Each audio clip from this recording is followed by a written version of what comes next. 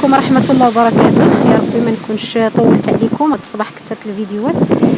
بغيت غير نأكد، راني فايته هضرت على هذا الموضوع، ولكن الموضوع عجيب جدا ومعجزة أنا بالنسبة لي، هو صلاة الاستخارة. الرسول صلى الله عليه وسلم وصى عليها بزاف، وعاد وليت مؤخرا بالتجارب اللي دازت عليا وبقوة اللي نفعتني عرفت علاش وصى عليها. يعني شوف دابا الناس شنو المشكل بيناتهم، هو ان مثلا جوج صحابات تيتعاودوا اسرارهم، تيستشروا بعضياتهم، واحد النهار وحده كتفرقع كل شيء اللي تقال واللي ما تقالش على صاحبتها. حتى الرجال بيناتهم هذه الطريقه، حتى هما ولات عندهم، الله يهدي الجميع ياك.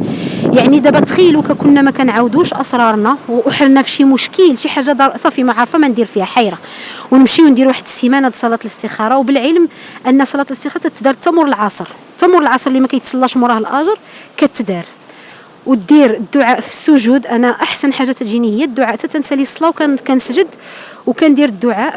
وفاش تتسالي تدير اداب صلاه الاستخاره اللي هي واحد 10 المرات ديال الاستغفار، 10 المرات ديال الحمد، 10 المرات الصلاه على النبي. قديتي دير كثر طبعا غيكون احسن فاحسن. ضروري لهاد الاداب ديال صلاه الاستخاره.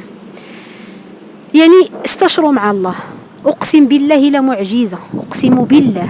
وماشي بالضروره تحلم، تيكون الحلم من موراها، ولكن ماشي شي مرات تيكون الحلم تتشوفوا، يعني ان داك المشكل ضروري غدوزو، مثلا مكتب عليك دوزو، او لا مثلا ها شنو تختار فيه، او لا ما كانش الحلم شنو تيكون ان تيتحل لك ديك المشكل بشي شخص كيجي بواحد الطريقه غريبه، او لا شي تتحط في شي موقف كيتحل لك فيه المشكل.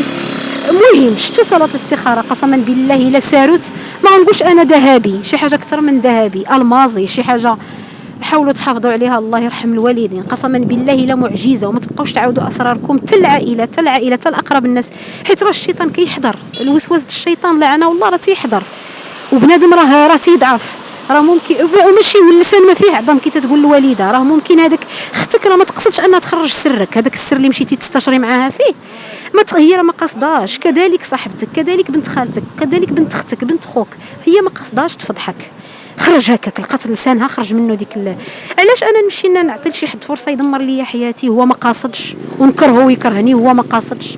يعني انا صلاه الاستخاره، صلاه الاستخاره، صلاه الاستخاره. بقاو كتهضروا مع الله، احسن ليكم، احسن هضره هي مع الله. والسلام عليكم.